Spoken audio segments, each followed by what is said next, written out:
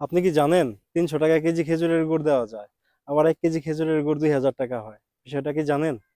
সাধারণত যারা নাকি 20-22 দিন খেজুরের গুড় ধরে একটা গাছ থেকে, তারা চাইলে 300 টাকা কেজি খেজুরের গুড়, খাঁটি খেজুরের গুড় দিতে পারে। আবার 1 কেজি হাজারি গুড় 2000 টাকা দাম, জানেন কি? এই 300 টাকা খেজুরের গুড় খেয়ে আপনার কাছে মনে হবে না যে গুড় খাচ্ছেন না কি খাচ্ছেন। আবার এই হাজারি গুড় খেয়ে ব্রিটিশ রানী এলিজাবেথ বাংলাদেশের গুড়ের প্রশংসা করেছিলেন। তাহলে চিন্তা করেন, একই তো গুড়, তাহলে পার্থক্যটা কোথায়? পার্থক্যটা কোয়ালিটিতে। অনেকেই যে বলেন যে ভাই এত সস্তা দামে গুড় পাওয়া যায়, আপনাদের গুড়ের দাম বেশি কেন? এখন তো বুঝতে পারছেন কেন দাম বেশি।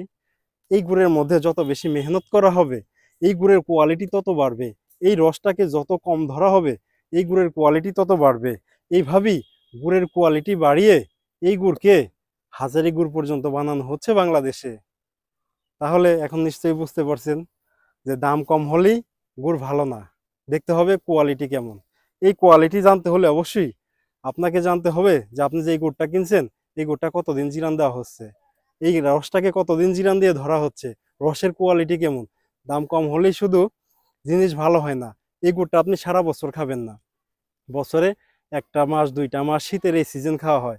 তাহলে খাবেনই যেহেতু, কম দামি গুড় খেয়ে কেন খাবেন বলেন? কম দামি গুড়টা কেন খাবেন বলেন? আপনি তো সবসময় খাচ্ছেন না, খাবেনই যেহেতু ভালো জিনিস দাম দিয়ে খান। অল্প খান, দাম দিয়ে খান। সবাই ভালো থাকবেন, সুস্থ থাকবেন। আসসালামু আলাইকুম রহমতুল্লাহি বারাকাতুহু।